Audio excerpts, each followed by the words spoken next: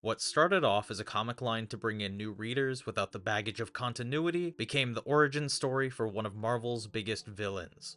Let's talk about the Ultimate Fantastic Four comics. As always, the transcript for this essay is on my website, witsendpod.com. In the 90s, Marvel did Heroes Reborn, which replaced some main titles with a new line of books produced by popular artists of the time. Some fans weren't accepting of the books that replaced the old ones despite high sales.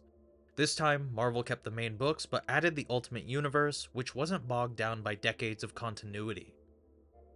The four main books of this line in order are Ultimate Spider-Man, Ultimate X-Men, The Ultimates, with Fantastic Four debuting 4 years into the Ultimate imprint. Millar and Bendis co-wrote the first arc with artist Adam Kubert. The first arc is pretty strong and is heavily focused on Reed Richards, his upbringing, and interest in physics. Reed is kind of the main character of the whole series. In this version, Ben and Reed were childhood friends, not college roommates like the original comics. Ben was there when Reed discovered the negative zone in his garage. He isn't a pilot, but shows up to the negative zone test to support Reed.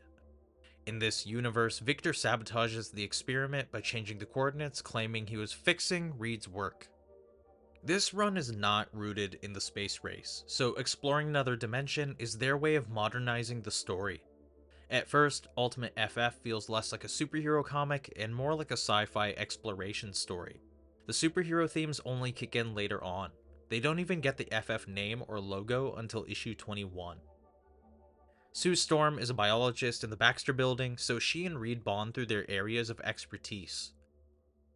The FF becomes a way for Reed and Sue to do more experiments while Ben and Johnny tag along. Johnny and Sue's father, Franklin Storm, plays a major role as the head of the Baxter Building. He serves as a mentor to Reed, encouraging his intellect, but also keeping him tethered to reality. Franklin tries to make sure the military doesn't arrest and experiment on the FF. This is one of the first FF runs that actually tries to explain the science of their powers instead of crediting everything to cosmic rays. Ultimate FF initially leans into body horror for the powers.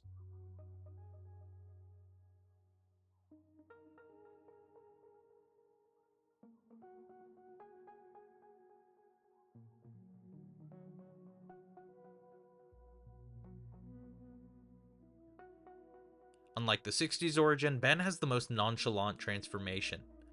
When the FF get their powers, the run switches from an optimistic tone to one of panic.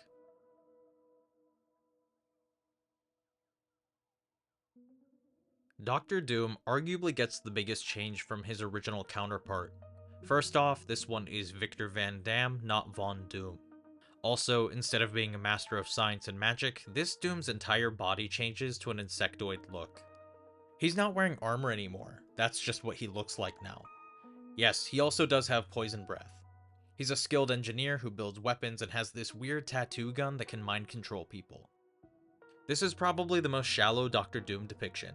The Ultimate comics have some cool remixes of these stories, but Doom gets the short end of the stick. Everything that makes that character who he is taken away. From losing his family to working his way up to taking over Latveria, it's all gone. Now he's some rich guy who is a descendant of Vlad the Impaler and is crazy and evil for the sake of it. Outside of vaguely looking like Doom, he's more like the terrible Tinkerer, building gadgets and screaming monologues. Phineas Mason is even mentioned in this run, and the alien bug-like design fits into his backstory hinted by Steve Ditko. Later in the run, Greg Land lazily drew Doom like the normal version, ignoring the Immonen design. No more hooves. Victor gets sent to a zombie universe, but villains like Mad Thinker and Thanos have either bigger or more memorable roles in the series.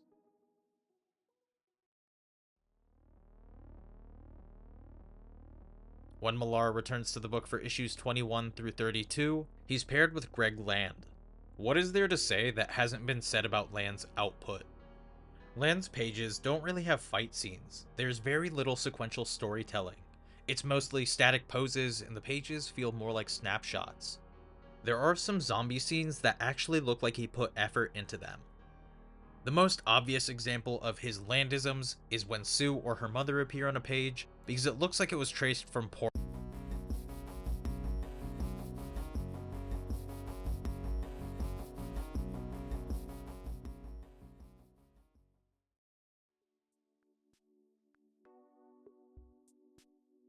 Each run kind of has its own flavor.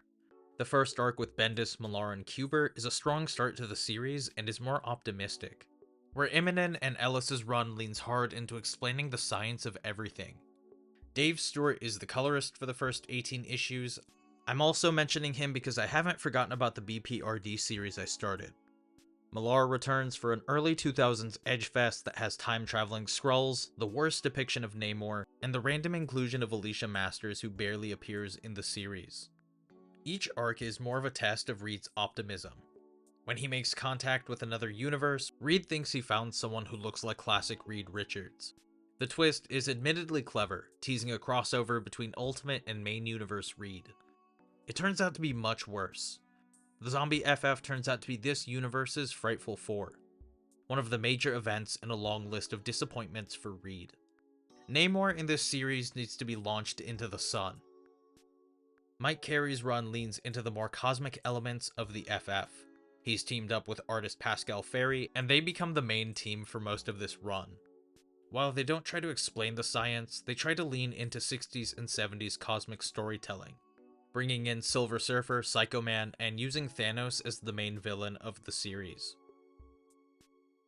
Carey does have a strong two-part arc with Jay Lee, where the FF go up against a new take on the Mad Thinker named Rona Burchill. She was rejected from the Baxter Building on the same day Reed was brought in. It's actually an eerie reinterpretation, which ends with her beating the FF. She doesn't appear again in this series. The artwork starts off strong, with Kubert and Immonen. Ferry shows up with a funky modern style that works for an Ultimate title. Mark Brooks shows up for a Red Ghost story where the FF team up with Crimson Dynamo. His style probably feels closest to classic FF until all of Red Ghost's animals merge together. In Carey's run, Silver Surfer serves Psycho Man, a being who brainwashes people to worship him. He's like a cult leader. Galactus doesn't even appear in the FF series. Certain reinterpretations like Annihilus, Mad Thinker, or Red Ghost feel fresh. Then things get convoluted, like with Thanos showing up and demanding that Reed creates a cosmic cube only to vaporize himself with it.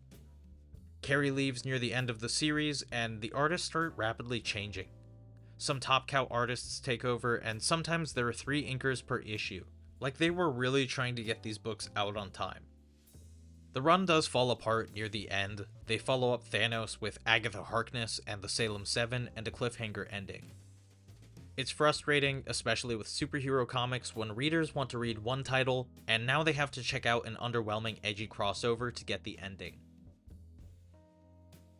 Ultimate FF doesn't actually have much of an ending in the main series. The real ending happens in a one-shot called Requiem that breaks the Fantastic Four apart.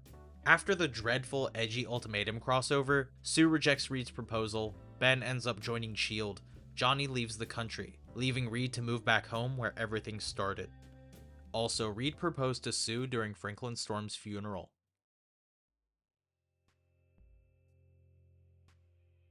Ultimate FF can be read as the maker's origin. There's a 4-issue series called Ultimate Doom written by Brian Bendis with art by Rafa Sandoval. It leans into Reed's descent into madness. He's already wearing the Maker helmet and almost wipes out Sue for rejecting his proposal. Johnny ends up burning Reed's face as all the edgy Ultimates gang up on him, ending with Reed being knocked into the negative zone. Ultimate Fallout number 4 sees Reed surviving the negative zone and fully embracing his role as the Maker. By the time he reappears in Jonathan Hickman's Ultimates run, he has his own army, he's torturing Thor and teaming up with the Hulk, and does a bunch of other terrible stuff. So this character ended up becoming this character. After the main series and Ultimate Doom by Bendis, Hickman kind of adopts the Maker as his own character. It's the loud, clunky, and disjointed way that mainstream comics sometimes are that led to the introduction of a major villain. This didn't start out as a Maker video, but I felt I should cover him anyway. For those who are new, I've been breaking down the FF videos by decade, so I have a playlist for all of those videos. As always, the transcript for this video and all of my essays are on my website, witsendpod.com. If it's not on there, it ain't me. Share these essays around. Thanks for checking out my work. Chaos ensues. Up next, finally time for Hickman's FF.